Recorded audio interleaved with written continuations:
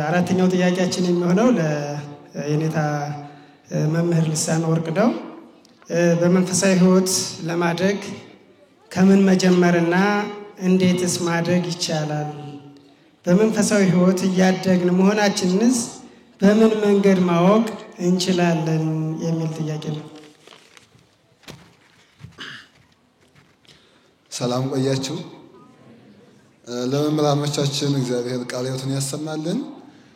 ጥያቄውን ሰምታችሁት ከሆነ በመንፈሳዊ ሕይወት ለማደግ ከምን እንጀምር፣ መጀመሪያው የት ነው የሚል ነው።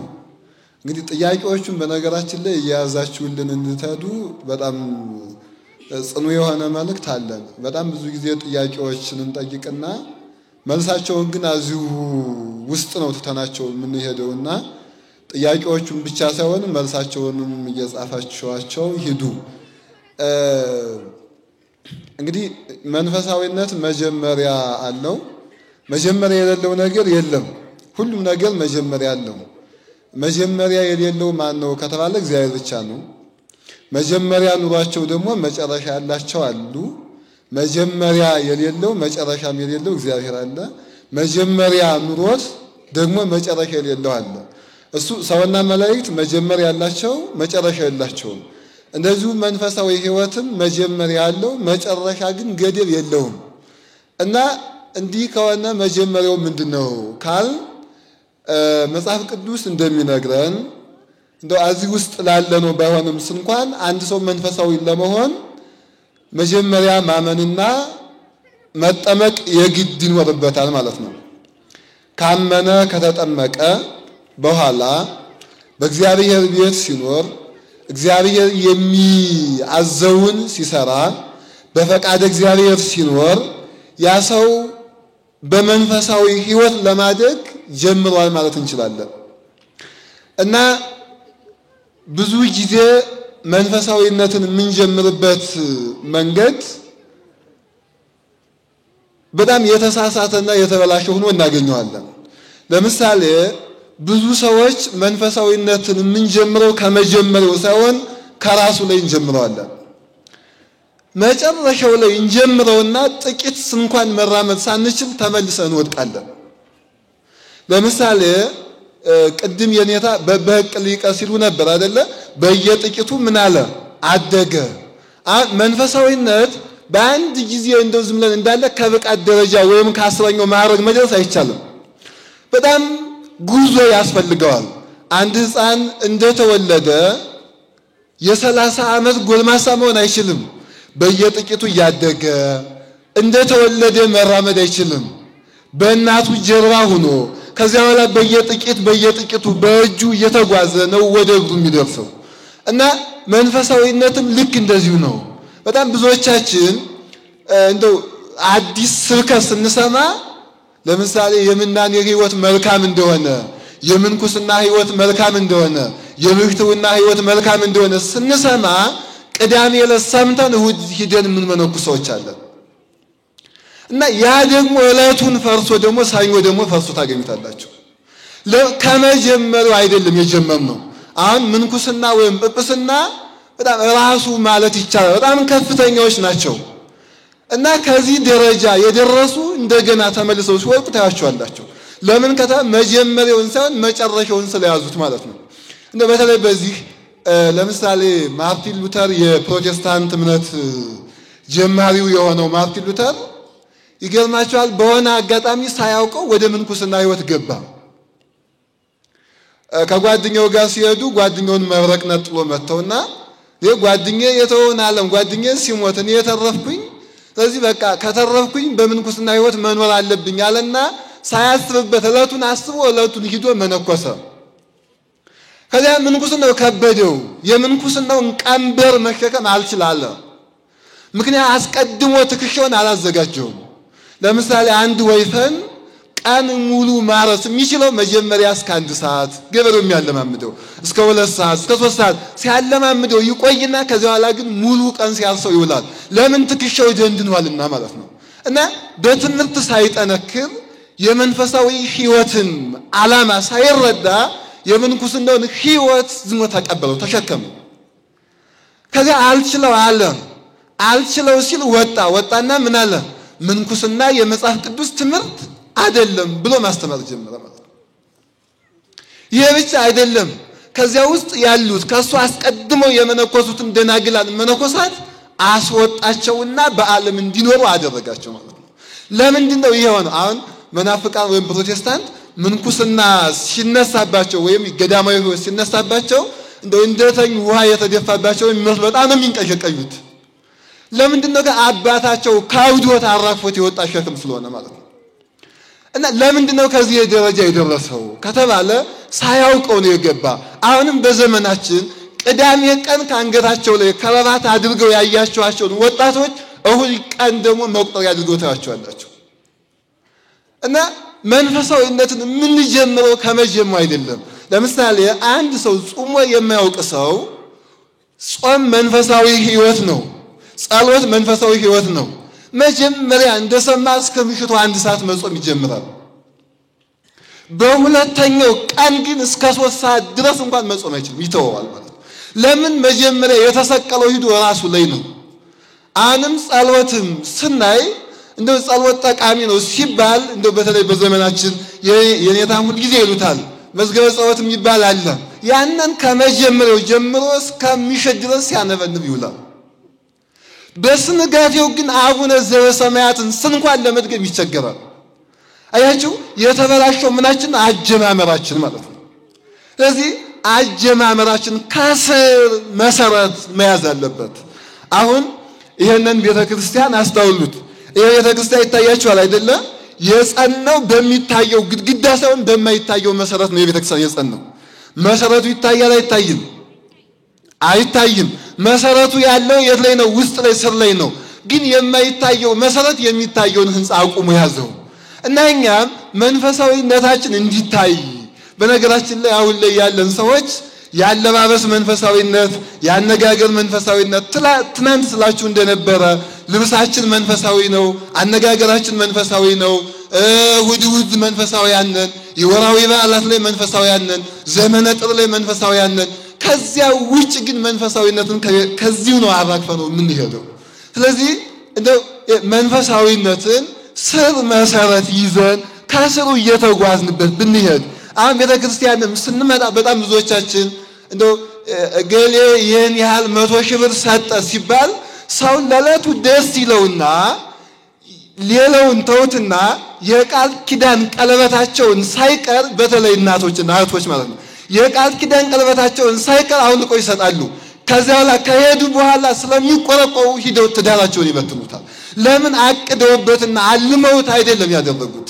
እዚህ አሁን እኛ ይገርማቸዋል። ይሄ ብዙዎቻችን ስራ ከመያዛችን በፊት ያለን መንፈሳዊነት፣ ትዳር ከመያዛችን ያለን መንፈሳዊነት በጣም ጥሩ ነበር አይደለም እንዴ? እግዚአብሔር ስራ ቢሰጠኝ፣ እግዚአብሔር ደህና ትዳር ቢሰጠኝ፣ የሰመረ ትዳር ቢሰጠኝ ብለን በጣም ብዙ ጊዜ እግዚአብሔር ደጅ እንጸናለን። ስራ ያልያዘ በጣም ብዙ ጊዜ አጥቶ የኖረ ወጣት ስራ ባገኝ የመጀመሪያውን ደመወዜን ለማን እሰጣለሁ ይላል? ለእግዚአብሔር እሰጣለሁ ይላል። ከዚያ በኋላ ስራ ከያዘ በኋላ ግን የገባውን ቃል እንኳን መፈጸም አይችልም። ከጓደኛው ጋር መዝናናት ነው ትዝ የሚለው። ያ የገባው ቃል ኪዳን አይደለም ትዝ የሚለው። እንደኔ እኮ የመንግስት ሰራተኛ ሆኜ ነው እስከ መቼ ድረስ እጨነቃለሁ፣ እስከ መቼ ድረስ ታስሬ እኖራለሁ ይልና ወዲያው እግዚአብሔር ያንን የገባውን ቃል እንደፈጸመለት እሱ ግን የሚገኘው ሌላ ቦታ ይሆናል ማለት ነው። ስለዚህ መንፈሳዊነት የኛ መንፈሳዊነት ስራ እስክናገኝ ድረስ በጣም ብዙዎቻችን እግዚአብሔር የተመሰገነ መንፈሳዊያን ነን። ስራ ካገኘን በኋላ ግን ከመንፈሳዊነቱ ዓለም ወጥተን ባዶ ዕቃ እንሆናለን። ስለዚህ መንፈሳዊነታችን የሰመረ የሚሆነው ከላይ ስንጀምረው ሳይሆን ከታች ከመሰረቱ ስንጀምረው ነው። አንድ ጊዜ ምን ሆነ መሰላችሁ? አንድ ሰው በሬው ጠፋውና በሬውን ሊፈልግ ወጣ። በሬውን እየፈለገ ሳለ ከቅዱስ ሚካኤል ቤተክርስቲያን ደረሰ። ሲደርስ ምን አለ መሰላችሁ? ቅዱስ ሚካኤል ይሄን በሬ ብቻ ላግኘው እንጂ ግማሹን ለአንተ አለና ለቅዱስ ሚካኤል ቃል ኪዳን ገባ። ይሄ ሰው ተመልከቱ፣ ያየ ምንድነው የበሬውን መጥፋት እንጂ ካገኘው በምን ላርስ ነው ምናምን የሚለው ነገር አይደለም ያሰበው። ለኋላ ሲሄድ በሬውን የት ላይ ያገኘው? ማርገዢው ላይ ያገኘው፣ ሳር እየበላ ማለት ነው። ከዚያ በኋላ ወደ ቤተ ክርስቲያን ተመለሰና ምን አልመሰላችሁ? ቅዱስ ሚካኤል ተው አትፈልግልኝ፣ በሬውን አግኝቼዋለሁ አለና ተመልከቱ። እግዚአብሔር ሲሰጠው ለቅዱስ ሚካኤል መጥቶ ምናላ ጣፍቶት ሲባክን ነው የቆየ አይደለ? ግን በሬውን ሲያገኘው ተመልሶ መጣና ተው አትድከም አግኝቼዋለሁ አለው። እዚያ በኋላ ተመልሶ ሲሄድ ግን በሬውን ጅቦች በልተው ታገኘ። እዚያ በኋላ ተመልሶ መጣውንም እግዚአብሔር ሆይ እንደገና ብትሰጠኝ ይህን በሬ እሰጥሃለሁ ሲለው ቅዱስ ሚካኤል ምን አለ? እኔ እንዳንተ የሰጠሁትን መልሼ ምን አለ ማለት አንድ ሰጥቻቸዋለሁ። እና የሰጠነውን ቃል ኪዳን መልሰን ማንበላ መንፈሳዊ ለመሆን ከስሩ ስንጾም በአግባቡ፣ ስንጾም በስርዓቱ፣ ስንጸልይ በስርዓቱ አሁን የኛ መንፈሳዊነት ትምህርት ላይ የተመሰረተ አይደለም። ሁለንተና ነገራችን በተለምዶ ስለሆነ ከልማድ ውጭ ወተን ተረርተን አውቀን ተገንዝበን ሲሆን መንፈሳዊነታችን የዳበረ ይሆናል። ምክንያቱም በአንድ ጊዜው አሁን ስለ ክርስቶስ ሰምራ በባህሩ ውስጥ ስትጸልይ ነበር ተብሎ ሲሰማ ጧት እንኳን መጥቶ ቤተክርስቲያን ለመቸገር የሚከብደው ሰው ሂዶ ጣና መግባት ይፈልጋል ማለት ነው። ከዚያ በኋላ ደግሞ ወዲያው ይወጣል። ስለዚህ እንደዚያ ሳይሆን መንፈሳዊነት መሰረት አለው። ትምህርት በመማር በማወቅ መጻሕፍቶችን በመመልከት ከአባቶች በመጠየቅ መንፈሳዊ ሕይወትን መጀመር ከዚያ በኋላ እያደገ የሚሄድ ነው። እድገቱንስ መንፈሳዊ መሆናችንስ በምን እናውቀዋለን ከተባለ እኛ አናውቀውም፣ እግዚአብሔር ይወቀው። ምክንያቱም የኛ ማወቅ ለኛ ስለማይጠቅመን ማለት ነው። በጣም ብዙ ጊዜ እንደውም እኔ እኮ መንፈሳዊ ነኝ እኔ እንደዚህ ነኝ ስንል ያንን ያጠራቀምነው ነገር እናጣዋለን። ስለዚህ አባቶቻችን እንኳን ጸልየው ለብዙ ዘመናት በገዳም በበረሃ ኑረው ራሳቸው ጻድቅ እንደሆኑ አንድ ቀን ማውቆት ያውቁ። እንደውም ይሄ ጳውሎስና የብሕትውና ጀማሪው ጳውሊና የምንኩስና ጀማሪው እንጦንስ በአንድ ቦታ ተገናኙ እና ጳውሊ ከምድር እስከ ሰማይ ድረስ የተተከለ አምደ እሳት ሆኖ ለእንጦንስ ይታየዋል። እንጦንስ ደግሞ መላ አካላቱ እያበራ ለጳውሊ ይታየዋል። የእንጦንስን ክብር ራሱ እንጦንስ አላየውም። ለምን? እንዳይወድቅ። የጳውሊን ክብር ጳውሊ ራሱ አላወቀውም። ለምን? እንዳይወድቅ። ስለዚህ ለሰው ደግ እንሁን፣ ለሰዎች እንራራ፣ ለሰዎች በጎ ሐሳብ ሲኖረን ያ የመንፈሳዊነት መገለጫ ስለሆነ መንፈሳዊነት መድረሻ የለውም፣ መዳረሻው እግዚአብሔር ነው። እግዚአብሔር ደግሞ መድረሻ የሌለው ስለሆነ የምናገኘው ክብር እንኳን የሚያበቃ የሚጨረስ አይደለም። ወይቱ የሰክሎሙ ስን በዲበስን እነሆ በክብር ላይ ክብር ይጨመርላቸዋል እያሉ ሊቃውንት እንደነገሩን ክብራችን የማያልቅ ክብር አለን። ያ ግን የሚሆነው መንፈሳዊነትን ጀምረን ስንጨርሰው እንጂ ጀምረን ስንተው አይደለምና የመንፈሳዊነት ጀማሪዎች ሳይሆን ፈጻሚዎች ያድርገን እግዚአብሔር። ይብቃል። እግዚአብሔር ይስጥልን። መምህራችን ቃላዊትን ያሰማልን። የሚቀጥሉትን ጥያቄዎች ማቀርበው ለመምህራችን መምህራን የታበጻ ነው።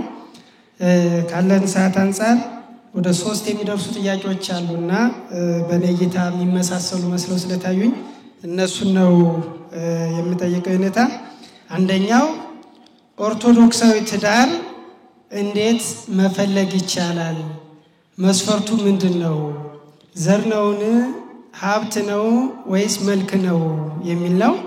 ከዚሁ ጋር ተያይዞ እንግዲህ ወደ ትዳር ቢገባ ድሉ ገጥሞት በኦርቶዶክሳዊ የትዳር ሕይወት ሩካቤ ሥጋ የሚፈጸምባቸውና የማይፈጸምባቸው ዕለታት የትኞቹ ናቸው?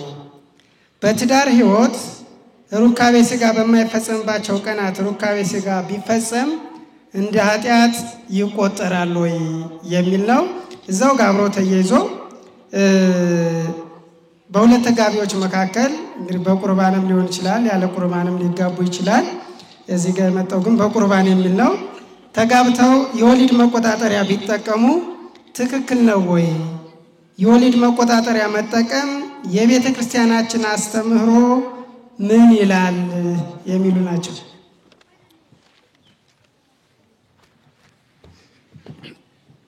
በእውነቱ አንጋጋው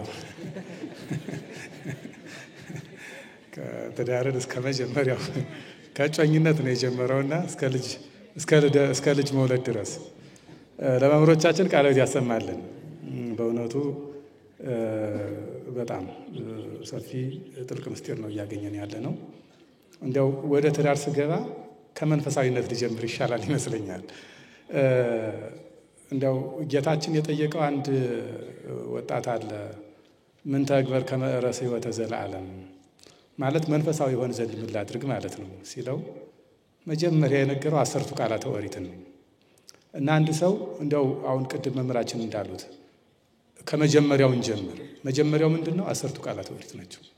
ከዚያ የሚያድገው በ6ቱ ቃላተ ወንጌል ነው። ከዚያ እያለ ይሄን ከፈጸመ መንፈሳዊ ነው።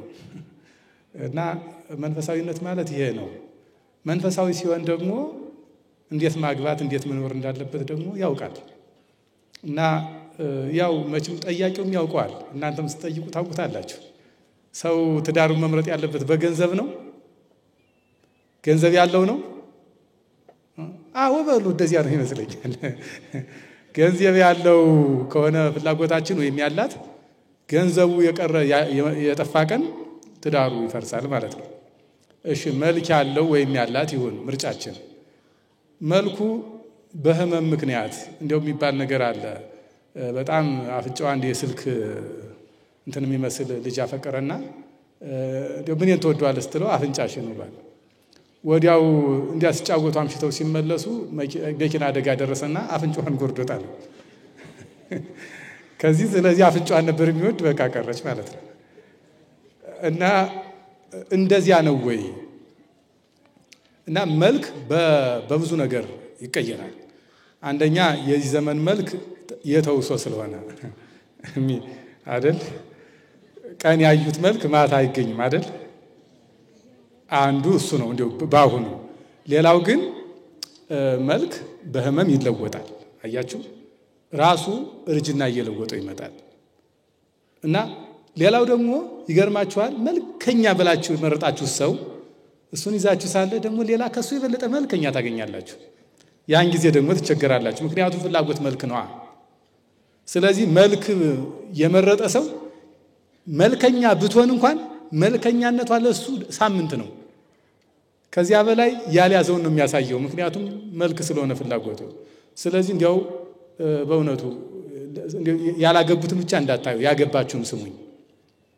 እና መልክ ከሆነ አንደኛ የሰው መልክ ከወጣትነት ወደ እርጅና ራሱ እየተጨማደደ ምን እያለ እና ሰው ጧት ፍቅር የነበረው ወደ ማታ የሚጣላው አንዱም የነበረው ሲጠፋ ይመስላል።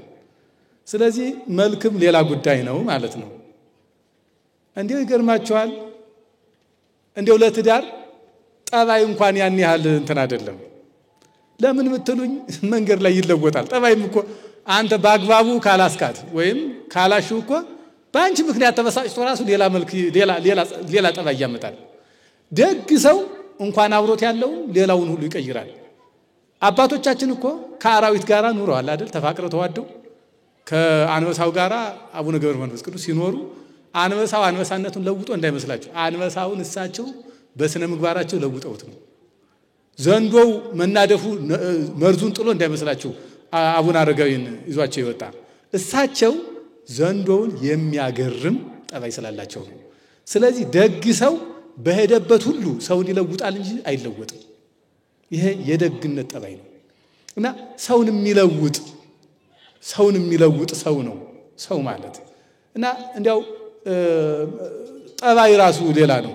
የጋብቻ መስፈርቱ ምንድነው ካላችሁ ሀብታም ከሆነ ድሃይቱን ፈልጎ ማግባት፣ መልከኛ ከሆነ መልክ የሌላትን ፈልጎ ማግባት፣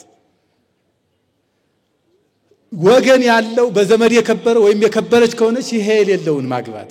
ምክንያቱ የጋብቻ ምሳሌው ክርስቶስ ነው። እና ረቂቁ መለኮት እዚህ ግዙፉን ስጋ ነው የተዋሃደ። ባዕሉ መለኮት ነዳዩን ስጋ ነው የተዋሃደ። ሁሉ ያለው መለኮት ምንም የሌለው ስጋ ነው የተዋሃደ። ይገርማችኋል፣ እሱን መዋሃዱ ብቻ አይደለም። ሽማግሌ የላከ መለኮት ነው ትስብእት ነው? ማን ነው ሽማግሌ የላከ? ቅዱስ ገብርኤል የተላከ ከእግዚአብሔር ነው ከመቤታችን ወደ እግዚአብሔር? ከእግዚአብሔር ወደ እመቤታችን። ይኸውላችሁ ይሄ ነው እና እንዲያው ይሄን ሳሰቡት ቀርታችሁ አይመስለኝም በዚህም በፊት እንዲያው ግን አንድ ቀን እንዲያው በመልካጉ ቢለን ብላችሁ እንደሆነ አሁንም እንደዚሁ ነው። የሚመረጠው ነገር ምንድነው ካላችሁ እንዲያው የሚወሰደው ነገር እንዲያው እንደኛ እንደ ደካማነታችን አባቶቻችን እንዲያው ምን ይላሉ? ጠባ የሌለውን ካገባሽ ልክ ገዳማዊ ህይወት እንደምትኖሪ እየተፈተንሽ ስለምትኖሪ ክብር ታገኝበታለሽ። አሁን በየቀኑ ዱላ እያነሳ የሚማታ ባል ያለሽ በእውነቱ የታደልሽ ነሽ። ገዳም መግባት ሳትፈልጊ ይኸው ከዚሁ ሰይጣን አለልሽ ማለት ነው። እውነቴን እኮ ነው። በየቀኑ የምትጨቃጨቅ ሚስት ካገባህ በእውነት እድለኛ ነህ። ገዳም መሄድ ሳይፈልግብህ ወይም ከሰማይታት ከዚህ ከአላውያን አደባባይ ሳትሄድ ከዚሁ እየተጠበስክ ነው። ስለዚህ በቃ እዚሁ ከብርሃል ማለት ነው። መክበሪያህን ትጠላለህ አንተ ሞኝ ክብር የምታገኝባት እና ያው በባልሽ እየተደበደብሽ ስትኖሪ እንዲያው ዝም ብለሽ ከቤትሽ ተቀምጠሽ ልጆችሽን እያሳደግሽ ሰማይ ትሆነሻል። ይሄ በጣም ትልቅ ነገር ነው። እና አንዳንድ ጊዜ እንደዚህ ሆነ እኮ ያሆነ እኮ አይደለም። ግን ከዚህ ሁሉ ነገር እንዲያው ቅዱስ ዮሐንስ አፈወርቅ አንቺ ደግ ሁነሽ በየቀኑ መልካምነትን እያሳየሽው አንድ ቀን እንኳን ክፉ ነገር ሳትናገሪው እሱ ሁሉ ጊዜ የሚጨቃጨቅ ከሆነ አንድ ቀን ይሰለቸዋል ይላል። ያንቺ ደግነት ይለውጠዋል። እንዴ የኤልያስ መንፈስ እኮ የአክዓብን መንፈስ እኮ ለውጦታል። የአክዓብን እና አክዓብ ኤልያስን አግኝቸው መቸገድየው እያለ ሲመጣ ከሩቅ ሲያየው አንተኑ ኤልያስ አለ። ኤልያስ አንተ ነህ እንዴ አለ። አዎን የነኝ አለ። ምን ይላል? ምክንያቱም በኤልያስ ያደረው መንፈስ ቅዱስ በአክዓብ ያደረውን ሰይጣን አርቆታል። እና እንደው ብዙ ጊዜ እንደው ስለ ሰው መፍረድ ደስ ስለሚለን እንጂ እኛ ደጎች ከሆነ በእውነቱ አጋራችን አይደለም ሌላውን ሁሉ ደግ እናደርገዋለን። እና ከኛ ነው የጠፋው ደግነቱ ማለት ነው። እና እንደው በዚሁ በብዙ መንገድ የምትቸገሩ ወንድሞች እህቶች እንደው በዚሁም እንደው በብቻ የምትጠይቁኝ እንደው ዛሬ መልሱን አግኙት። እንደው መከራ ያለበት ህይወት አትጥሩ በእውነቱ። ስለዚህ ጋብቻ አንዱ የመከራ መቀበያ የክብር ማግኛ ስለሆነ በየትኛው መንገድ በቃ ጋብቻ ክቡር ነው፣ ቅዱስ ነው፣ እግዚአብሔር የሚገኝበት ነው። እና በየቀኑ ደግነትን የምናሳይበት ስለሆነ እንዲያው እንዴት አድርገን እናግባ በእውነት መቼስ እንዲያው ያልኩትን ሁሉ እየበሰላችሁ ስታገኙ ስትሄዱ ስለሆነ የምታገኙት በተቻለ መጠን ህይወት ነው ማየት የማይታየውን ውሳጣዊ ህይወት። ደግሞ በነገርሽ ላይ ሲያጭሽ አትዩ። አንቺን ካጨ ሰይጣኑ መላክ ይሆናል። ተቀድሞ ወይም በጀርባው ማየት ጥሩ ነው። እንደዚሁ ማለት ነው። እና በተቻለ መጠን እንደው ሊቃውንቱም አንድ ልብስ የሚገዛ ሰው የሚወደውን ለማግኘት በብዙ የልብስ ሱቆች ቡቲኮች ይዞራል። ጫማውንም እንደዚያው ያያል። ደግሞ በዛሬው አነጋገር መጀመሪያ ይለካል የሚል ነገር መጥቷል። እና መጀመሪያ በግብር ማወቅ አለብኝ የሚሉ ይሄ ደግሞ ሰይጣናዊ ነው በእውነቱ። ሁሉም አዳም ነው፣ ሁሏም ሔዋን ናት። በእውነት ይሄ የሌለው ሴት ወይም የሌለው ወንድ የለም። እንዴ በዚህ አትጠራጠሩ። ዝም ብላችሁ መጀመሪያ ለለካው ላይ አትበሉ። ይሄ ሌላው እንትን ነው። ግን ህይወቱን ማየት እና በተቻለ መጠን መንፈሳዊ ወደ እግዚአብሔር ጋር የሚያቀርብ ነው ወይ የሚለውን በደንብ ማየት ጥሩ ነው። መልክ፣ ሀብት፣ ሌላ ሁሉ ዓለም በሙሉ አንዱ ነጭ ነው፣ ሌላው ቀይ ነው፣ ሌላው ደግሞ ቢጫ ነው፣ ደግሞ እኛ ጥቁር ነን፣ ደግሞ ከኛ የባሱም ጥቁሮች አሉ። እነዚህ ሁሉ እግዚአብሔር ብዙ ተባዙ ያላቸው ሰዎች ናቸው። አንቺ ይሄ ገሌ ጥቁር ነው ብለሽ ስትዩ እግዚአብሔር ይብዛ ያለውን እየተውሽ አይደል? አንተስ እንደዚያው እቺ ቀይ ናት ወይም እንትን ናት ጠይም አይደለችም እንትን አይደለችም ብለህ ስትዋት ይችን ሰው እግዚአብሔር እንድትበዛ ያዘዛት አይደለች? እና አንተ ብሎ መራጭ ያንተ መልክስ ከምን የመጣ ነው? ይሄው እንደዚሁ የመጣ አይደል? ስለዚህ ዋናው ነገር ህይወት ነው። ሀብትም እንደዚያው ነው ማለት ነው። ከዚያ በኋላ በትዳር ሲኖር የሚታዩ ነገሮች ናቸው። እንዲያው ሁለተኛው ጥያቄ ምንድን ነበር ያልከኝ? ሩካቤ ያው የተጋባ ሰው አይከላከል ነው። ሰምታችኋል? አይከላከል ነው። አትከላከሉ ይልና ዘበርቱ ይግበርላት ይልና እንደው በጸሎት ለጸሎት ለጾም ከምትለያዩባት ቀን በቀር እንደው ጳውሎስ እንዲያስቀምጥና ሲያበቃ እንደገና እንትን ያረጋታል። ጎበዝ ነው። እና እንደው በማይገባው ቀን ቢያደርጉት ኃጢአት ነው ወይ? እንደው ጠያቂው አሳቀኝ። በማይገባው የተደረገ ነገር ሁሉ ኃጢአት ነው። ሰምታችኋል? ራሱ እኮ ነው የሚናገር። ሩካቤ ባልተፈቀደበት ቀን ሩካቤ ማድረግ መቼ ጽድቅ ነው አይባል፣ ባልተፈቀደበት ስለሆነ ማለት ነው። እና ያልተፈቀደ ነገር ሁሉ ምንድነው ማለት ነው? ኃጢአት ነው። እና በእውነት አባቶቻችን በጣም ተጨንቀው ሰርተዋል። እና በዚያ አግባብ ማድረግ ጥሩ ነው። የተፈቀደ ነው። ሩካቤ ኃጢአት አይደለም። ሩካቤው ኃጢአቱ ነው ሳይሆን ኃጢአት የሚሆነው ጠያቂው እንዳለው ባልተፈቀደው ቀን ሲሆን ነው። እና ቅድም መምህራችን እንዳሉት እውነት ለመናገር ግብረ ሰዶም ሴትና ወንድ ብቻ አይደለም። እንዲያው ለመናገር እዚህ ላይ ከብዷቸው እንጂ ለምሳሌ ባልና ሚስት ግብረ ሰዶም ያደርጋሉ። ባልና ሚስት ባልተፈቀደው አካል ሲሆን እና በደንብ ማሰብ ያስፈልጋል። እግዚአብሔር የተፈቀደልን ነገር ነው የሰጠን። ያልተፈቀደ ነገር ሁሉ ኃጢአት ነው። እና እውነታቸውን ነው። በእውነቱ ወንድና ወንዱ ባልና ሚስት ሆነው ሲሄዱ ስታዩቸው ያሳዝናሉ። በዚያ እንደ እንስሳ በሆኑት ሀገራት እሱ ብቻ አይደለም። በእውነት አንድ ሰው ውሻ ሚስቴ ናት ብሎ ውሻዋን ይዞ ሲሄድ አታዝኑ? እንዴ በእውነት በጣም እኮ የሚያሳዝን ነው። እንዴ ውሻ አግብታ ባሏ ዝንጀሮ የሆነ ሰው ስታዩ ምን ትላላችሁ? እና አንዳንድ ጊዜ እንዲያው አይንም ክፉ ነው በእውነቱ። እንዲያው እግዚአብሔር አገራችን በቸርነቱ ይጠብቃት። በእውነት እንዴ በጣም የሚያሳዝን ነገር አለ። በጣም የሚያሳዝን ማለት ነው። እና አንዳንዱ መሄድ አቅቶት በዚያ በውጭ ዓለም ያሳዝኗቸዋልና መሄድ አቅቶት ሲንፋቀቅ ምንድነው ስትሉ ወንድ ያገባ የወንድ ሚስት ነው ይሏቸዋል። መሄድ ተቸግሮ ማለት ነው በእውነት። እና ሲቸገሩ ስታያቸው ያሳዝኗል። በምድር ላይ ተኮንነው በጣም ስቃይ እና እንትናቸውን ሁሉ መቆጣጠር አይችሉም። ይሄ ተፈጥሮ እንትናቸውን መቆጣጠር የማይችሉ ሆኖ እንግዲህ የ30 ዓመት የ40 ዓመት ጎልማሳ ይሄ ምንድነው የሚባለው ዳይፐር እንትን አድርጎ ሲዞር መዋል አይቸግርም? እና ለምንድን ነው እንደዚህ የሚሆኑት? በእውነቱ አሁን ይኸውላችሁ በስርዓት መጋባት ጤናማ ያደርጋል። ያለ ስርዓት መኖር ደግሞ የምታውቁት ነው። እንዲያው ከስንት ዓመት ጀምሮ የመጣ HIV ሌላውም ብዙ ችግር አለ። ቀድሞም ቂጥኝ ምናምን የሚባል ብዙ መማል እና ሰው ዝም ብሎ በቃ መታመም ይፈልጋል። እንዲሁ ከምድር ጀምሮ እኮ ነው ስቃዩ ያለው። እና ለምን እንደሆነ እንዲሁ አታድርጉ ስንባል በቤት አድርጉ የሚጣፍጠን እዚህ አታድርጉ የተባለ ነገር በቃ እንደዚያ ነውና አሁንም በዚሁ አጽዋማት 7 አጽዋማት አሉን በዓመት። እነዚህን ልንጠብቅ ታዘናል በእውነቱ። እንዲያው እነዚህን እንኳን መላውን ባንችል እንዲያው እንደመጀመሪያ ይሄ እንዲያው እንደ ተጋቢዎች እንደ ሙሽሮች እንዲያው ለሙሽራ እንዲያው እንትን የተባለ ነው። አብይ ጾምን እንዲያው በተለይ ሕማማትን ከደፈረ ግን ርኩሰት ነው ብሎ መጽሐፍ ተናግሯል። እነዚህ እንዲያው በተለይ እንዲያው ለጊዜው ቢቸገር እንኳን እንደ ጾም ሐዋርያት እንደ ጾመ ነቢያት እንደዚህ የሚተዋቸው ነገሮች እንዲያው ሊኖሩ ይችላል። ያው እንዲያው ተጠንቅቆ መጽሐፉ እንዲያው በሚበላበት ጊዜ ከዚያ በኋላ ብሎ እንዲያው እናቴ እንዲያው ተጨንቋል። ግን ይሄ ሁሉ በድንግልና የሚኖሩ ስንት መነኮሳት አሉ አይደል? እንዲያው ምንም የማያውቁ እኛ ግን በቃ ስግብግብ ብንበላ አንጠግብ ምን በቃ ሁሉ ነገር እንዲያው በቃ መቸገር እና በአግባቡ መጠቀም ጥሩ ነው። አሁን እስኪ አስቡ ቅዳሜ ማለት የሰንበት ያልተከበረ ሰንበትን ያላከበረ እንዲያው ልጅ እንኳን ቢወለድ የሰንበት ልጅ ይባላል አይደል?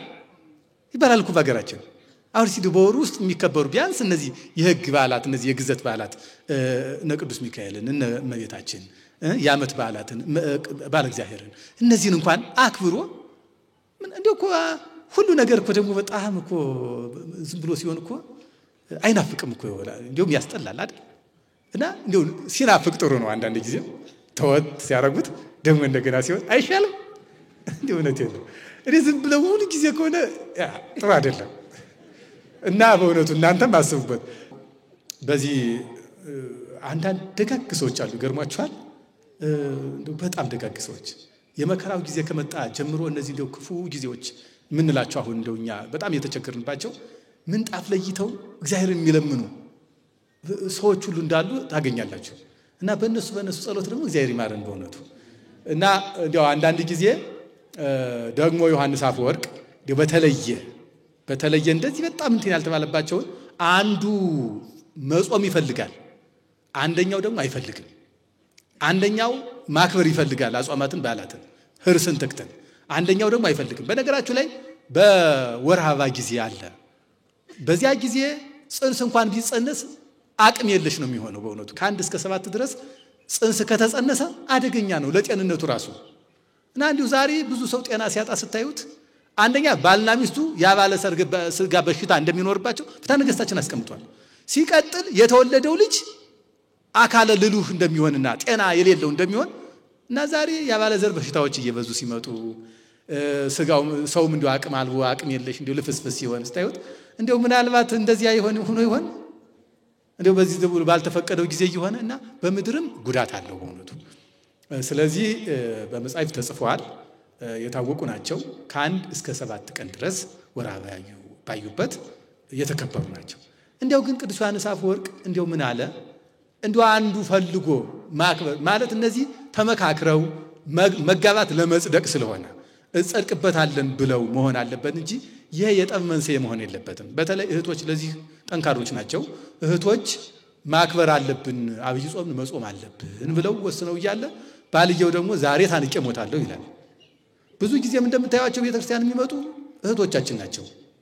እና እንዲያ ሲሆን አንቺ ብታሰናብችውና እምቢ ብትዩ ሌላ ቦታ እንዳይሄድ አደራ፣ ካንቺ ሆኖ ንስሐ ብትገቡ ይሻላል ይላል። ደግሞ አያችሁ ደግሞ የባሰ እንዳይሆን ማለት ነው። አያችሁ መቼስ ክፉ ነገር ሁለት ክፉ ነገር ቢመጣ የተሻለው ምረጥ አይደል? እና ደግሞ እንደዚያ እንዳይሆን የጠብ መንስኤ እንዳይሆን ይሄ ተመካክሮ ተዋዶ የሚደረግ ነው እንጂ እንዲያው በትግል እንዲያው በጠብ አይደለም። እንዲያው አልፈልግም ነበረ ግን አንተ ከፈለክ በቃ ደስ ይበልህ የሆነ ቀን እግዚአብሔር መልሶን ጾም ይሆናል ስትሉት አንድ ቀን ወደ ጾሙ ይመጣል ማለት ነው። እና እንደዚህም ማድረግ ያስፈልጋል። እንግዲህ ሶስተኛውን ጥያቄ ወይ ባልጠየቃችሁኝ እየሰማችሁ ነው ወይ ባልጠየቃችሁኝ? ከጠየቃችሁኝ በደንብ አዳምጡኝ። እግዚአብሔር አዳምና ሔዋንን ፈጠረ፣ ብዙሁ ወተባዝሑ ወምልኡ ለምድር አለ። ጌታችንም አስተማረ፣ ስለ ትዳር አስተማረና ብእሲ ወብእሲት አሐዱ አካል እሙንቱ ዘአስተጻመረ እግዚአብሔር ሰብእ ይፍልጥ። እግዚአብሔር አንድ ያደረገውን ሰው አይለየውም ማለት። አንድነታቸው ምንድን ነው ሲባል አንድነታቸው በስጋው ደሙ በመክበር አንድ በመሆን በአንድ ምንጣፍ በመተኛት እና በአንድ ላይ ሁለቱ አንድ ልጅ በመውለድ ማለት። አንድ ልጅ ሲባል መንታም ሊሆን ይችላል። አንድ ማለቱ አንድ ሰው የሚባል ሰው መውለዳቸው ነው። ስለዚህ ወንድ ቢወለድ ያባቱ ነው አይባልም አይደል? ሴት ብትወለድ የእናቷ ናት አትባልም። ስለዚህ የአንድነታቸው መገለጫ አንዱ ልጅ መውለድ ነው። ይሄ ሆኖ ሳለ ልጅ ላለመውለድ ጥረት ማድረግ ምን ማለት መሰላችሁ? ገበሬ እንዲያው እናንተው ፍረዱ ብዬ ነው።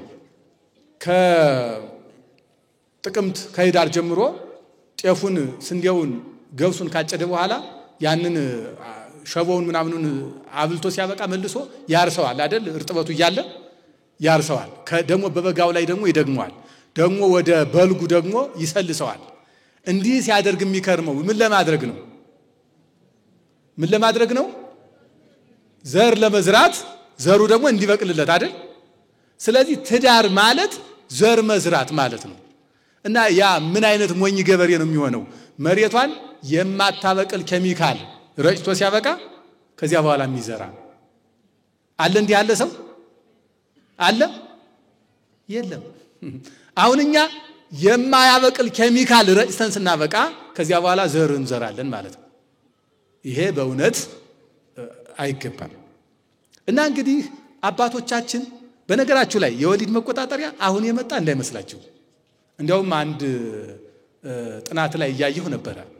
ከክርስቶስ ልደት በፊት 3000 ዓመት አለው እና በየጊዜው ራሱን ይቀይራል። አንዳንዶቹ የዘሩን አውጥቶ በመድፋት አንዳንዶቹ ደግሞ የሚያለሰልስ ነገር ከሴቷ ማይጸና አድርገው ያ አንኳሉ እንዲጥለው በማድረግ ወደ ውስጥ እንዳይገባ በማድረግ አንዳንዶቹ ማይጸኗ እንዲጠብ የጽንሱን የሚሸከመው ማይጸኗ እንዲጠብና እንዳይችለው በማድረግ ዛሬ ኦፕራሲዮን ተሰርቶ እንደገና ተገልብጦ ምን ተብሎ ምናምን እንደሚደረገው ማለት ነው።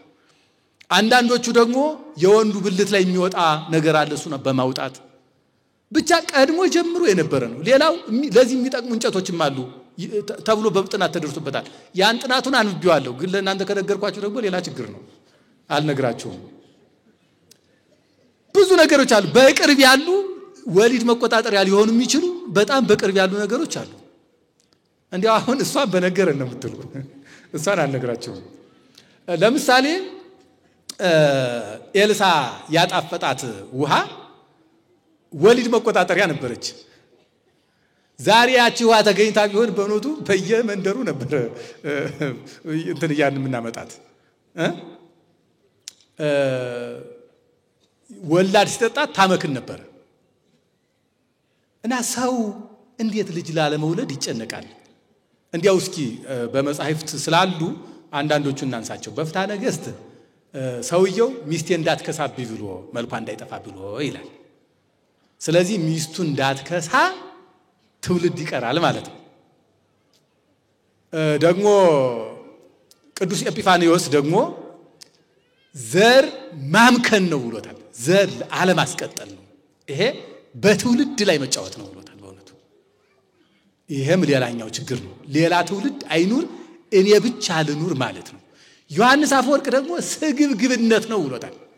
ስግብግብነት ምክንያቱም የሚበላ የለም እኔ እንኳን ምን እበላለሁ እሱን አምጥቼ ደግሞ እያለ እኛ ለመብላት በመሳሳት ሌላ ሰው በቶ እንዳይበላ ማድረግ እና ይሄን ነገር ቀድሞ ፈላስፋዎቻቸው እንዲያውም በነገራቸው ላይ ሌላው ግኖስቲካዊ አስተምሮ ነው። ይገርማቸዋል፣ ክህደት ነው። ምክንያቱም መውለድ ማግባት መውለድ ኃጢአት ነው የሚሉ ሰዎች ነበሩ እና ልጅ መውለድ ኃጢአት ነው ብለው የሚያስቡ ስለሆነ ልጅ ላለመውለድ መድኃኒት ፍለጋ ሄዱ። አሁንኛ በተግባር ልጅ ላለመውለድ ከጣር መውለድ ኃጢአት ነው እያልን ነው ማለት ነው። በተግባር ነው። በሐሳባችሁ መጥቶ ላያውቅ ይችላል። ተግባሩ ግን እሱ ነው። እንግዲህ የብዙዎቻችሁ ልብ እየተንቦጫቦጨ ሊሆን ይችላል። እኔ ምንም ማድረግ አልችልም፣ ይቅርታ አድርጉልኝ። ያው ከጠየቃችሁ መናገር ስላለብኝ ነው። እና ቤተክርስቲያናችን በየጊዜው አሁን እንኳን በሲኖዶሷ በተደጋጋሚ ትውልድ መምጣት መቻል እንዳለበት በ1990 ጽፋለች፣ በ1996 ጽፋለች። የተጻፉ ነገሮችን እየተመለሱ ማየት ነው። እና የወሊድ መቆጣጠሪያ የቤተክርስቲያናችን ትምህርት አይደለም ማለት በተክሊልም ይሁን በስጋው ደሙም ይሁን ያለ ተክሊል ያለ ስጋው ደሙም ይሁን ሁላችንም ይሄ ነገር አልታዘዝንም። ክርስቲያን በመሆናችን የታዘዝ አይደለም። እንግዲያማ ይሄን ለመቆጣጠር ክርስቲያን አንሁን ካላችሁ ክርስቲያን አለመሆንም አልተፈቀደም አይደል? ምክንያቱም ሃይማኖት አንዲት ናት። እና እኛ ከተክሊሉ እንዲያው ስለማይፈቀድ በተክሊል አለማግባት ነው ካል በተክሊል አለማግባትም አልተፈቀደም። በቤተ ክርስቲያን አለመዳር እናትን ቤተ ክርስቲያን እናት ሄደልሽም ማለት ነውና ስለዚህ በቤተ ክርስቲያን ነው ማግባት ያለብን የቻልን በተክሊል ያለዚያም ደግሞ እሱን ካልተቻለ ደግሞ በሚቀጥለው። ስለዚህ ምን ለማለት ነው? ይሄንን የፈቀዱ ሀገሮች የመጀመሪያ ያመጡ ሀገሮች ዛሬ መድረሻ አጥተዋል። እንግዲህ እንዲያው እኔም ባየዋቸው ሀገሮች መንግስታቶቻቸው ደሞዝ እየከፈሉ ነው ለሚወልድ ሰው። አሁን ለምሳሌ ጀርመን ለተወለደው ልጅ 18 ዓመት ትከፍላለች። ለወለደች እናት እና አባት ለወለዱ እናትና አባት 3 ዓመት እስከ 4 ዓመት ይከፍላሉ። ማሳደጊያ ላሳዳጊ ሁሉ ማለት ነው። ይሄ የሆነው ምንድነው? አሁን እነዚህ አውሮፓ ሀገራት ላይ ስትሄዱ ሽማግሌ ነው በብዛት የምታዩት እንጂ ወጣት አታዩ። ወጣት ከሆነ አረባዊ ነው፣ አልፎ አልፎ ኢትዮጵያውያን ናቸው። በተለይ አረቦች በጣም ይወልዳሉ። እና እንዲያውም ምን አሉ አንድ ጊዜ ጀርመን ላይ መንግስቱ የጀርመን መንግስት ሰብስቦ እናንተ ከሌላ ሀገር የመጣችሁ የኛ ዜጋ ይሆናችሁ ሁላችሁ መስራት አለባችሁ ሌት ተቀን መስራት አለባችሁ ሲል አንድ የሞሮኮ ሙስሊም እጁን አወጣና አይ እኔ ብቻዬን ሰርቼ ምን አደርግላችኋለሁ 10 15 ወልጄ ባሰራ ይሻለኝም ወይ አላቸው። ምክንያቱም እናንተ ሀገሪቱ እየተፈታች ስለሆነ ልረከብላችሁ ነው ማለት ነው። ከዚያ በኋላ እንደገና ተጨነቁ አሉ። በጣም እንዴ ለሀገራችን ሌላ ዜጋ እየወረሳት ነው። ጀርመናውያን ከዛሬ 50 ዓመት በኋላ የለንም። ስለዚህ ሌላ አረብ ሀገር እየፈጠር ነው። ደግሞ እነሱ ያው ጥንታቸው ካቶሊኮች ስለሆኑ የአረቡን ዓለም መቼም እንትን ይላሉ ብዙ እና ለአረቡ እያስረከብን ነው ለሀገራችን። እና በዚያ ያሉ ክርስቲያኖች አንድ መኪና እስከ 12 ዓመቱ ልጅ የሆነ ወንበር ሁሉ አለው ከውስጥ ራሱን ችሎ እንደዚህ ማሰሪያ የሆነ እንደዚህ መቀመጫው ራሱን ይቻላል። እና አንድ የወለደ ሰው 2 ልጆች ካሉት የሚገዛው መኪና በልጆቹ ልክ ይታወቃል። 3 ልጆች አሉኝ ካለም ለ3 ልጅ መቀመጫ ሚስቱ ደግሞ ከጋቤናው እሱ ከዚህ እንዲቀመጥ ተደርጎ ነው መኪና ሁሉ የሚገዛ። 4 ልጅ ካለው ያን መኪና የሚገዛው ካገኘ ይሸጣል። የሚገዛው ካጣ ግን ያን መኪና ሜዳ ላይ ጥሎ ሌላ 4 ልጅ የሚይዝ ይገዛል። 10 ልጅ ካለው 10 ልጅ የሚይዝ መኪና ነው መግዛት ያለበት። ምክንያቱም ለልጅ በጣም ስለሚጨነቁ እና ያን ሁሉ ችለው የሚወልዱ ኢትዮጵያውያን አሉ። ይገርማቸዋል። 5 6 7 ወልዶ ያገኟቸው። በእውነቱ እነሱን እግዚአብሔር ይጠብቃቸው። ሆነት ክርስትናችን ብለው እኛ ሀገር ላይ እኮ 20ውን ብንወልዱ ማን ጠያቂ አለ? ይሄን መኪና ገዛ ያን ቤት ሰራ። ቤት ሁሉ 3 ልጅ ያለው ሰው 3 የልጆች መኝታ መኖር አለበት። ለ3 ልጆች መኝታ ኑሮት የገዛ ሰው ቤት 4ኛ ልጅ ካመጣ ያን ቤት መቀየር አለበት። ይገርማቸዋል። ምክንያቱም 4 ልጅ የሚይዝ ለእያንዳንዳቸው አንዳንድ ክፍል መኖር አለበት። ይሄ የልጆች መብት የሚባል ነገር በጣም ስቃይ ነው። በጣም አንዱ ልጅ የሆነ ነገር ተቸግሮ ዋይ ካለ ፖሊስ መጥቶ የዚያን ልጅ ብድግ አድርጎ ይዞ ይሄዳል። በዚያ ሁሉ ውስጥ ሆነው ግን ይወልዳሉ። ደግሞ እዚያ ሀገር ሰራተኛ የሚባል የለም። እኛ ሀገር እኮ ሰራተኛ መያዝ አቅቶን ነው እንጂ አለ እኮ። እዚያ ሀገር ላይ ሰራተኛ ያስገባ ሰው ልክ መንግስት ባቀደው ልክ መክፈል አለበት። ያን ደግሞ የመንግስት ሰራተኛ ሁና ራሷ የምታገኘው ነው ማለት ነው። ስለዚህ ሰራተኛ የሚሆን የለም ሲጀመር የመንግስት ሰራተኛ ወይ እንደዚህ ነው የሚሆነው። እና ቤተክርስቲያን ሲስሙ እህቶች በእውነቱ በጣም እንድትማሩበት ስለፈለኩ ነው። 5 ልጆቿን ይዛ ቤተክርስቲያን ትመጣለች። ሌላ ሰው የለም። እነዚያ ልጆች ይሮጣሉ እና በካይኑም ሲመጡ ካይናቱ ይዙላቸዋል። በእናቶችም በኩል ቢሄዱ እናቶች ይይዛሉ። በአባቶችም በኩል ቢሄዱ አንቺ ልጅሽን ማትዩ ለምንድን ነው የምታስጮዩ የሚባል ነገር የለም በዚያ ሀገር።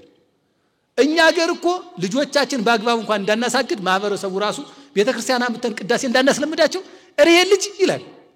እሷ ልጇን እኮ ከቤት ስለተወችው እንጂ እኮ እሷም ልጅ አላት አይደል? እና ልጅ ሲያለቅስ ዝም አስብዩ አይባልም። ራሷ እኮ ዝም ቢልላት ትወዳለች እኮ አትወድም? አሁን ፍጥርቅ እያለ እንዲያለቅስባት እናት ትወዳለች? አትወድም። እና ዝም አስብዩ እንዲያ አይባልም። በእውነቱ ያን ልጅ ሌላ ቀን እንዳታመጣው ማድረግ ነው። እና ግድ የላችሁም ሌላ ህግ ሳይመጣ እንውለድ። ሀገር የሚረከብ ክርስቲያን ዘር እናብዛ። ሌሎቹ ዘር ለማብዛት እያሉ ብዙ ነገር ያደርጋሉ። እኛ መጻፋችን እንዲከልክሎ እኛ ግን ዝም ብለን አንወልድም። እንዲያውም አንዳንድ ጊዜ የሚወልዱትን ሰዎች ትፈጠፍጠዋለች እንላለን። ምን አገባህ አሳድግልኝ አላለችም። ከፈራህ አትጠይቃት አራሷን። ምን አገባህ እንዲሁ እሷ አላረገዘችው እሷ አላማጠችው አንተ ምን ባይነህ በእውነት። እና አንዳንድ ጊዜ ተሰብስበለው ሰው ለማስኮነን የምንፈልግ ምክንያቱም እብዶች ከበዙ ጤናማው ነው እብድ የሚሆነው አይደል? እና ሁሉ ነገር ያደረገው ሌላው እስኪ እንደ ሁላችሁ የምታውቁት የሆነ የወሊድ መቆጣጠሪያ በዚህ ቀብረናል ወይ በማህፀናችን ቀብረናል ወይ በሚዋጥ እየዋጥን ነው ወይ መርፌት ወቅተናል። ከዚያ በኋላ ከሳምንት በኋላ ያቺ ሴት ጸባይዋን አይታችሁታል? አራሱ ሻኮ ነው የምትሆነው። መቀመጫ ነው የምትነሳው እኮ። እና ሚስት የተቀየረች ጠባይዋ እንዲህ አለ እንዲህ ሆነ ይችላል። መርዝ ቀብረህ እኮ ነው ያለህ። አትኮነ ራስ የቀየርካት እና በሰላም እየኖርክ አትወልድም። ከዚህ ልጅ ከዚህ ደግሞ ሰላማዊ ህይወት ይሄ ሁሉ እንደው አደራችሁን ባካችሁ እንደው ዶክተሮቹ ይሄን ተናገሩ። በእውነቱ እንዲያው እቺን ግዕዝ ሕፃናት የምትለዋል መጽሐፍ ለመጻፍ ብዙ ጥናት እንትን አድርጌ ነበር። በተለይ ወደ አፍሪካ የሚላከው በተለይ ወደ ሀገሮች የሚላከው እጅግ በጣም በሽታ የሚያመጣ ካንሰር የሚያመጣ በጣም አደገኛ መርዝ ነው አምጥተው የሚቀብሩብን። እና አንድ ወንድሜ እንዲያው ሚስቴ ተቀየረችብኝ እንዲያው ምን ላድርጋለኝ አሁንም በዚህ ውስጥ ይኖራል እኛ እንጃ ካለህም ደግመህ ስማኝ እና እንዲያው ሚስቴ ምን ሆና ነው አልኩት። አረዱ ምን እንደሆነ አላውቅም። እሺ ልጅ ከወለዳችሁ ስንት ዓመታችሁ ነው? 5 ዓመት ሆኖናል። ከዚያ ለምንድን ነው ያልወለዳችሁት? የሆነ የሚቀበር ነገር ነበር። እንዲያው እነዚያ ልጆች መውለድ እውነት የዚያ ጊዜ ጀምሮ ነው እንዲሁ ከዚያ በኋላ ነው አለ። ታዲያ ምን ታረክ እኮ እንትን እኮ ነው ራሱ ጠባይ ይቀይራል። ይሄ ወሊድ መቆጣጠሪያው ውሻ ነው የሚያደርግ ራሱ ውሻ። እና ደግሞ ይገርማቸዋል ደግሞ ሌላው ደግሞ አካል ጉዳተኛ ያደርጋል። ከዚያ ከወጣ በኋላ ያ መርፌ ከወጣ በኋላ መርዙ በሰውነቷ እንዳለ ተጸንሳለች። ያ የጸነሰችው ልጅ አይምሮው ዘገምተኛ የሆነ አካሉ ጉዳተኛ ሆኖ ይወለዳል። አሁን አካል ጉዳተኞች እንደቀድሞ ናቸው። ምን ያህል እየበዙ እንደሆነ አታውቁም? በጣም እና ዘግይቶ ማግባትና የወሊድ መቆጣጠሪያ መጠቀም ለልጆች አይምሮ ጉዳት አለው። ሁለቱንም ስሙኝ። ምን ብሎ ማግባት? ዘግይቶ ማግባት። ይሄ ከሆነማ አሉ ደግሞ አንዳንዶቹ ይሄ በተፈጥሮ ወር አበባ ሲቆም እንደዚህ ደግሞ የሚሉት አለ። ይሄን ቆጥረን ግንኙነት እያደረግን በራሱ ጊዜ ማስቀረት እንችላለን አሉ። ወይም ደግሞ አንዳንዶቹ በቃ እንግዲህ ማሳደግ ስለማንችል ግንኙነቱን እናቁም ብለው ግንኙነቱን ተው። ባልና ሚስት ደግሞ ብዙ ችግር ቢኖር የሚፈቱት በሩካቤ ጊዜ ነው። ይገርማቸዋል። በዚያ ጊዜ ነው የሚወያዩት። ይሄንን ባለትዳሮች ታውቁታላችሁ። በተለይ የልብ የሚወራ ያን ጊዜ ነው አይደል? እኔም ያው ስለሆንኩ አይደል? እና በዚያ የፍቅር ጊዜ መፍታት ካልቻሉ ትንሿ ነገር እየበዛች ሩካቤው ሲቀር ትዳሩም ይቀራል። ይገርማቸዋል። እሱ ደግሞ ሌላ አደገኛ ነው።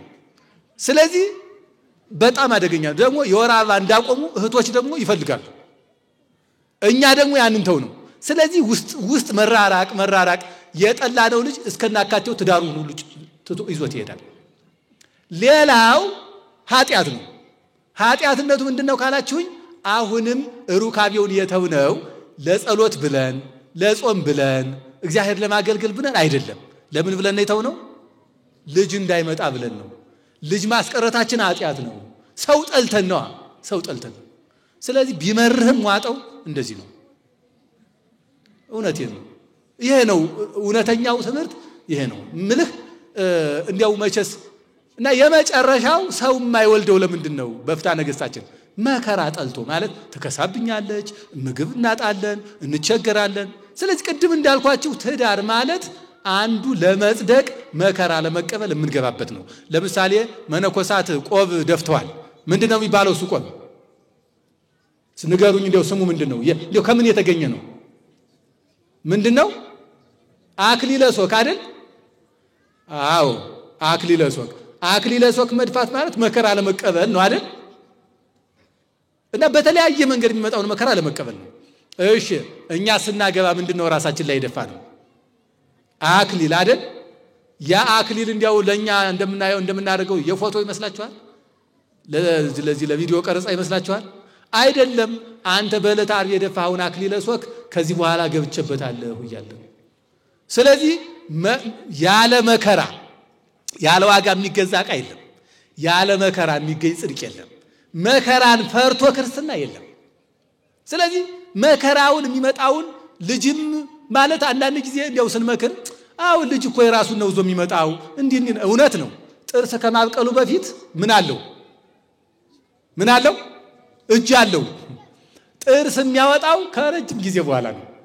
ከሚበላበት ይልቅ የሚሰራበት ነው ዞ የሚመጣው። የሚሄድበት እግር፣ የሚያይበት አይን፣ የሚሰማበት ጆሮ፣ የሚሰራበት እጅ፣ ጭንቅላት አለው። ከዚያ ቆይቶ ነው ጥርስ የሚያበቅለው። ስለዚህ እግዚአብሔር ሰውን ያህል ነገር ሲያመጣ ያለ የሚበላ ያለ የሚጠጣ ነገር ያመጣል። አንዳንድ ጊዜ ግን ላይመጣም ይችላል፣ ላይኖርም ይችላል፣ መቸገርም ሊኖር ይችላል። እንዲያው የራሱን እድል ይዞ ይመጣል። እውነት ነው፣ ደስ ይለናል፣ ያምጣል። ባይሆንም ግን ሰው በመምጣቱ ደስ ይለናል። ምክንያቱም ሰው ነው የመጣው። ስለዚህ እኛ ብቻ እንኑር፣ ከኛ በኋላ ትውልድ ይብቃ ማለት በራሱ ጽድቅ ይመስላችኋል? አሕዛቡ ይብዙ ክርስቲያኖች ከምድር እንጥፋ ማለት ጽድቅ ይመስላችኋል? አይደለም። ራሳችን ምን ፈርደው ነው። ስለዚህ ከዚህ በኋላ ወሊድ መቆጣጠሪያ እንዳትጠቀሙ። እግዚአብሔር ይስጥልኝ። እሺ እግዚአብሔር ይስጥልን መምህራችን። ትንሽ ሰዓት የሄደ ይመስላል። ብዙዎችን ጥያቄዎች ማሳደር ግድ ይለናል። ግን አንድ ከፕሮግራሙ ጋር ሊሄድ የሚችል መሰረታዊ የሆነ ጥያቄ ስላለ እሱን ጥያቄ ለሁሉም መምህራን አቀርባለሁኝ። ማክሲመም ቢበዛ 5 ደቂቃ ወስደው ያብራሩልናል። ተመሳሳይ ይዘት ስላለው እሱ ምንድነው የሚለው አንድ ኦርቶዶክሳዊ ቤተሰብ ለሌሎች አርያ ሊያስብሉት የሚገቡ ክርስቲያናዊ ተግባራት ምን ምን ናቸው የሚል ነው። መጀመሪያ ከመምህር ተመስገን ጀምራለሁ። ከዚያ መምህር ልሳነ ወርቅ ማብራሪያ ሰጠው። መደምደሚያውን የኔታ መምህራን ያደርጋሉ ማለት ነው። ወደ መምህራችን። እሺ እንደምን ቆያችሁ? የእውነቴን ነው የምነግራችሁ፣ የአፌን አይደለም የልቤን እና የተቀበልኩት ልመልስ አይደለም። አሁን የትዳር የመልካም ቤተሰብ የኦርቶዶክሳዊ ቤተሰብ ምንድነው አርአያ የሚሆኑት ለሌሎች ምን አይነት አርአያ ቢሆኑ ነው መልካም የሚለውን በረጅሙ በመጽሐፍ ቅዱስ በአባቶች ትርጓሜ በፍትሐ ነገሥት በሌሎቹ ጥናት በስፋት በጣም ትልቅ ትምህርት የተማርኩበት ስለሆነ አሁንም የኔን ሰዓት በፊታችሁ ነው የኔን ታሰጥና አበራችሁ መማር ፈልጌ ነው። በጣም ይቅርታ ይደረግልኝ።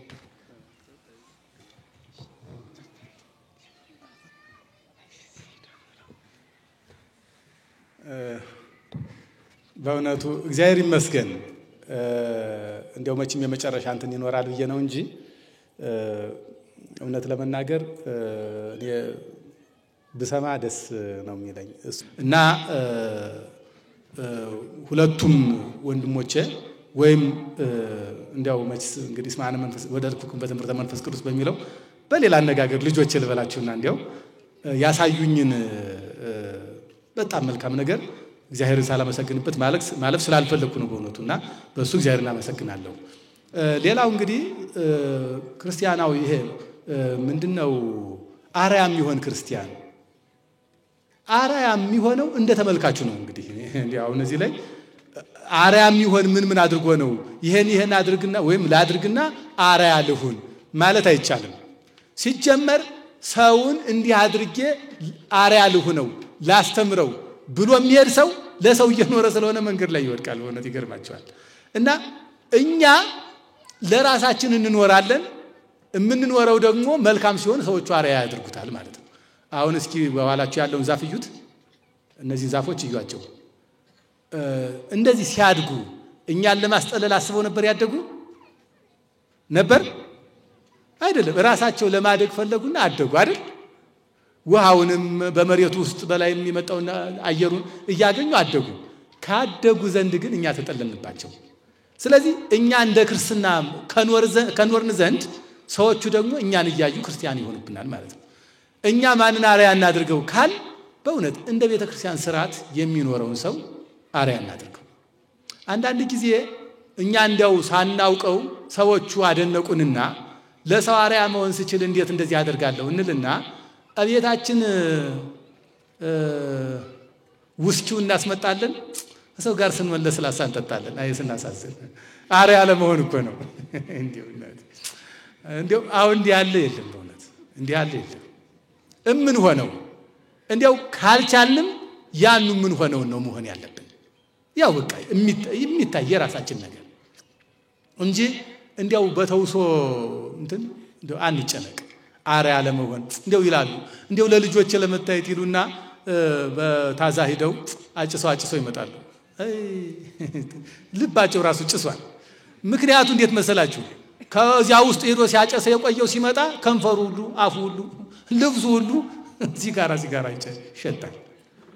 እና እንደው አንዳንድ እናት አባቶች እንደው ለልጅ እያሉ መከራ ያሳያሉ። እና ድራማ እያዩ ፊልም እያዩ ይቆዩና ልጁ ሲመጣ ዝግት ያደርጉና መዝሙር ያደርጉታል። እየሰማው እኮ ነው የመጣ እንዲያውም ስርቆት እያስተማር ነው። እና እኛ ማን ሆነውን ሌላው እንዲሆን ምን ፈልገው ይሄ ሞኝነት ነው፣ መመጻደቅም ነው። ይሄ ፈሪሳዊነት አለ አይደል? እሉል ባይታዊ ዝም ብሎ እንዲያው አደባባይ ሲሆን ጸሎት የሚመጣለት እንዲያው ማንም ነው። ሰው ሲመጣ ብድግ ብሎ የሚቆም ሰው ሲሄድ ደግሞ ለጥ የሚል በእውነት እንዲያው ይሄ በሁላችንም መምህራንም ሆነን እንዲያው የነፍስ አባትም ሆነን እንዲያው ዲያቆንም ሆነን እንዲያው በዘምርም ሆነን እንዲያው ምንም ሆነን የምንኖረውን እንኖር፣ እማንኖረውን ደግሞ ማናደርገውን አናደርገው። እና ይሄ ነው እንዲያው ከእግዚአብሔር የሚለይ ክፉ ነገር ቢኖር እንዲያው ማን ሆነውን የኛ ያልሆነውን መስለን መታየት። ይሄ በጣም ከባድ ነው። ባይሆን ግን ምንድነው እንደ አንዳንድ ጊዜ ኃጢአት ሲሰሩ ተደበቁ ይባላል። ይሄ ምንድነው አሁን ደግሞ አደባባይ ላይ ዝሙት አይደረግም እንደ ተፈጥሮ ራሱ እና ወደዚያም ደግሞ እንዳትሄዱብን የሚሄድ ሰው እንዳይኖር ደግሞ እሱንም ደግሞ መቸስ ግን እንዲያው በአጠቃላይ እኛ መልካም ክርስቲያን እንዲህ ሆነን ታይተን እንዲያ ሆነን ተብሎ እንዲያው አርያነት መንፈሳዊነት የሚባል ነገር በቀመር የተቀመረ አይደለም። መጀመሪያ ሲጀመር ከሚሰራው ይልቅ ልቡና ነው እግዚአብሔር የሚያየው። ስለዚህ ከልብ ያለ ነገር ደግሞ እንዲያውን እንደዚህ ሆነ አይባልም። ይሄ ከውስጥ ያለ መጀመሪያው የዋህነት በቃ አዛኝ ልብ። አንዳንድ ጊዜ እንዲያው ሰው ብዙ ስለሰጠ አይደለም። አንድ የነቢጥ የስታዩ ሰውነቱ ተጎርቶ የሆነ ወይም እንደውም አሁንም እንደው በዚያው ማስተላለፍላችሁ የምታዩት መንገዱ ቦታ ሁሉ ተዘግቶ ሰው መተላለፍ ያጡ ሰው ተጨንቋል አሁን። እና ትንሽ ያላችሁ ሰዎች ባካችሁ በጎረቤት ያሉ የሚሞቱ ሰዎች አሉ። እንዲያው በጣም ከዚህ እንዳልናገረው የምቸገርበት በጣም ለልጆቻቸው የሚያበሉት ያጡ አንዲት እናት ልጄን እምበላው ብትለኝ ምንም የለኝም ነበር አለችኛውን በሰሙ ምንም የለኝም ነበር እንዲያው ሌላ ምሰጣ ስታጣ መታ ጉንጨን ነከሰችኝ አለች። እንዲህ ያሳዝናል። የምትበላው ስታጣ በቃ እንዲህ አይነት ሰው በረሃብ እየሞተ ነው። ሰው በረሃብ እኛው መንደር። ስለዚህ ይሄን እያሰቡ እንዲያው መጀመሪያ እግዚአብሔር ቸርነት ነው የሚወድ። እስመ በምጽዋት ይሰራ ኃጢአት። ይሄ ቸር ልብ እግዚአብሔር በጣም ጠባዩ ወይም መገለጫው ቸርነት ነውና ቸር ልብ እግዚአብሔር ይወዳል። ለሰው አብነት ለመሆን አይደለም፣ አርያ ለመሆን አይደለም። እንዲያው ራሳችን ስለሚጠቅም ቸር እንሁን። እኛን ያዩ ሰዎች ደግሞ ቸር ሊሆኑ ይችላሉ። በሆነ ጊዜ አንድ ታሪክ ሰማ ነበረ። እዚህ በደብረ ታቦር ዙሪያ ያለ አንድ ሕፃን አባቱ ድሃ ሆኖ የሚማርበት አጥቶ ተነስቶ ወደዚያ ወደሚፈራበት ገንዘብ ወደሚገኝበት ሀገር ተነስቼ ሄዳለሁ ሲል ባህር ዳር ይደርሳል። እና ባህር ዳር ሲደርስ አንድ ሰው ያገኛል። እና ከዚያ በኋላ መሳፈር የሆነ ሲጠይቅ ውድ ሆኖበታል። እና እንደው መሳፈር ያስጠኝ እባክህ ሲለው የልተር ነው በዚህ በበረሃዎች አፍርቼ ልመጣ። ምን ሆነህ? መማሪያ አጥቼ። ምንድነው የምትፈልገው? እስክሪብቶ ደብተር። አረ ያማ ለምን ብሎ በል እስክሪብቶና ደብተርን እኔ እልክልሃለሁ አንተ ተማር ብሎ ያን ልጅ አስተምረዋል። ያ ልጅ ስሙን በጠራ ሁላችሁ የምታውቁት እኔ ነኝ ያለ ባለሀብት ሆነ ያ ልጅ ማለት ነው። ከዚያ በኋላ ያንን እስክሪብቶና ደብተር የገዛለትን ሰው ምን የመሰለ ፎቅ ሰርቶ ሰጠው። አንዳንድ ጊዜ አናውቀው በምን በኩል እግዚአብሔር እንደሚጎበኘን አናውቀው። ያቺ ወደ ኤልያስ ወደ ቤቱ ሄደላታ ያቺ ሴት እሷ እፍኝ ዶቄት ይዛ ነበረ እና ይችኑ በልተናት እንሙት አለችው። ኋላ እሱ ግን ምን አደረገላት? የረሃቡ ዘመን እስኪያልቅ ድረስ ከማሰሮች ዱቄት እንዲሁም ከደሞ ከቅቤ እቃሽ ቅባት አይጠፋም እና እማያልቅ ሀብት ባርኮላት ሄደ። እንኳን እሷ በሀገሩ ያሉ ሰዎች ከዚያ በኋላ የረሃቡ ዘመን አመት ቆይቷል ይላሉ። አመት ሙሉ እየመጡ የሷ ቤት መመገቢያ ሆነላት። እና አንዳንድ ጊዜ በረከት በየትኛው መስመር እንደሚመጣ አናውቅም። እና ሕፃናት ተርበው እንዳጨክኑ አደራችሁ። ይሄ ነው አርያነት። አረጋውያን ቤት የዋሉ አረጋውያን ተርበው በረሃብ ሲሞቱ አይናቸው አይቶ ልባቸው እንዳይጨክን አደራችሁ። አርያነት ይሄ ነው። እና እንደ አርያነት ማለት በጎነት፣ የዋህነት፣ ቅንነት ከዚያ የተነሳ ደግሞ የሚታይ ስራ ይኖራል። በዚህ አግባብ በእውነቱ ክርስትናን እናስወድደዋለን። አሁን የኛን ህዝብ ለመውሰድ እኮ እነዚህ መርጃ ማይከላት ታውቃላችሁ አይደል? እነዚህ የመርጃ ተቋማት ብዙ ናቸው እነዚህ የህፃናት ማሳደጊያ ምናምን የሚባል ወርልድ ቪዥን ምናምን እንትንሽ ምናምን እያሉ የመጡት እንደዚያ በተንኮል እንኳን ይኸው እያበሉ ለመውሰድ ነው። የኛ የመርጃ ተቋማት እንዲኖሩ ማድረግ። ለምሳሌ በረከታቸው ይድረሰን ብፁዕ አቡነ ኤልያስ ዝክረ ነዳያን ዘአበዊን ሐዋርያት ብለው ይጀምሩታል። መቄዶንያ ታያላችሁ፣ እነ ጌርጌሴኖን የሚባሉ ታያላችሁ። በእኛም እነዚህ ምግባረ ሰናይ አሉ። እነዚህን ያገዝን ማሳደግ እና እኛ ብቻችን ማንችለውን በጋራ ሆነን መርዳት። በዚያ እኮ በሌሎቹ ሀገር እኮ ሰው ስለሚበሉ ያስቡን እኮ ምንም ቢሆን በቃ ይበላል፣ ምንም ቢሆን ይለብሳል። እና እንዲያው አንድ ደግነት ላሳያችሁ። እነዚህ እኮ እምነት የላቸውም። በነገራቸው ላይ በዚህ በአውሮፓ ዓለም በዚህ በምዕራቡ ዓለም ባደጉ ሀገራት ሃይማኖተኛ መሆን እንደ ፋራ እንደመባል እንደ ነውር እየተቆጠረ መጥቷል። ግን ምን ያደርጋሉ መሰላችሁ? እነዚህ ወንበሮቻቸውን ሲቀይሩ ሶፋቸውን ሲቀይሩ አዲስ ሶፋ ከገዙ መልሰው አይሸጡም። ያወጡና አለው ማውጫ ወቅት ከበራቸው ላይ ያስቀምጡታል። ከውጪ የለበሷቸው ልብሶች አውጥተው በክብር አጥበው ያስቀምጧቸዋል። እነዚህ እነ ፍሪጅ መኪና ሁሉ ሳይቀር እስከዚያ ድረስ ወጥተው ቤታቸው በር ላይ ይቀመጣሉ። ከዚያ በኋላ የተቸገረ ሰው ይሄድና እነዚያን ዕቃዎች ሌሎች ሁሉ የቤት ዕቃዎች ሁሉ ወጥተው ይቀመጣሉ በቤታቸው በር ላይ። ከዚያ እነሱ አያዩ ማን ይወሰደው ያውቁ። የተቸገረው ሰው ይመጣና ፍሪጅ የሌለው ሲሆን ፍሪጁን ይዞ ይሄዳል። መኪና የሌለው ከሆነ እንዲያው በነገራችሁ ላይ እንዲያው አልዋሻችሁም ይቀመጥ ነበር አሉ። እኔ ባይኔ ያላየው መኪና እንዲያው አሁን እየሸጡትም ነው ተብሏል። እነዚህ ሶፋ ወንበሮችን ግን እንዴት እንደሚያምሩ እኛ ገር ቢሆኑ በአዲስ የሚሸጡ ልብሳቸውን ቀይረው አሳምረው ሲያበቁ በራቸው ላይ ያስቀምጡታል። የተቸገረ ሰው የሌለው ሰው መጥቶ ይወስደዋል። ይሄን ማን ያደርገው ነበር? ዮሐንስ ወንጌላዊ በሜዳው ይሄድና ልብሶችን እነዚህ ድሩቶችን ይሰባስብና የማይጠቅመውን ይቀድና ይሰፋና ያሳምርና ያጥብና ነዳያን ከሚቀመጡበት ወስዶ ይጥለዋል። ይሄ ልብስ እያለ ነው እንዴ ምራቆተኔ ብለው አንስተው ከለበሱ ደስ ይለዋል። ማን እንደሚለብሰው እንኳን አያዩ። እነዚያ ሁሉ ይሄንን ቡትቱ ማን አምጥቶ ከዚህ ጣለው እያሉ ከተውት ዮሐንስ የሚለብስ ያልነበረ እና እንዴው ቢያንስ የተረፋቸውን ከኛ ቤት እንዴው እስኪ አንዲት እህት እኔ ልንገርሽ ፋሽኑ ያለፈበት ስንቱ ልብስ እዚያ እንትኑ ቁምሳጥኑ ላይ ተከምሮ አንዱን የፈለግሽውን ልብስ ለማግኘት ወገብሽ ቁርጥ ሲል እኔ ቁርጥ እንዴው ሲያሳዝን አንድ ልብስ ለመፈለግ 100 ልብስ ስታነሳ ስትጥል መከራዋን ስታይ ወንድም እንዴው ምን ከዚያ ሁሉ ችግር እንዴው ላንተ የሚሆነውን አስቀርተ ሌላውን በር ላይ እንዴው ስሬ ብለህ እስኪ እንዴው ስለ ጽፈህ ስታበቃ እንዴው ደግነትን አሳይ። ያሪያነት ያደል እንዴው እንትን ታደርግና ይሄ ልብስ የተቸገራችሁ ልብስ የሌላችሁ ሰዎች ወስዳችሁ ልበሱት ብለህ ጽፈህ እዚያ ላይ እንዲህ አድርገህ ቁጭ አድርገህ መቶ ሰድር አጥበህ እንዴው አሳምረህ ቁጭ ብታረገው የሌለው ሰው ያለው ሰው ገመናውን ቢሸፍን በእውነቱ ይሄ ደግነት አይደለም? እንዴው አማኒ ይውሰደው ዘመድ ይውሰደው ባይዲ ይውሰደው እንዴው ይሄ እንኳን ይቅር እንዴው በቃ ስለሰጠውህ አመስግነኝ ብለህ እንኳን ለአንዱ ሰው ስጠው እናት ያለበስከኝ እያለች እንታመሰግን ትሆናለች። ቢያንስ እንዴው ጸሎት የሚያደርጉልኝ ብለም እና እኛ ልብስ ተከምሮ ሌሎቹ ደግሞ የሚለብሱት አተውይት እንዲህ አይነት ነን እኛ የ7 ዓመት የ6 ዓመት የ10 ዓመት እቅድ ይዘን ቤታችንን ደግሞ እዚህ ደግሞ ለዛሬ ማድር ያልቻሉ እና አንጨካከን። እግዚአብሔር ይስጥልኝ።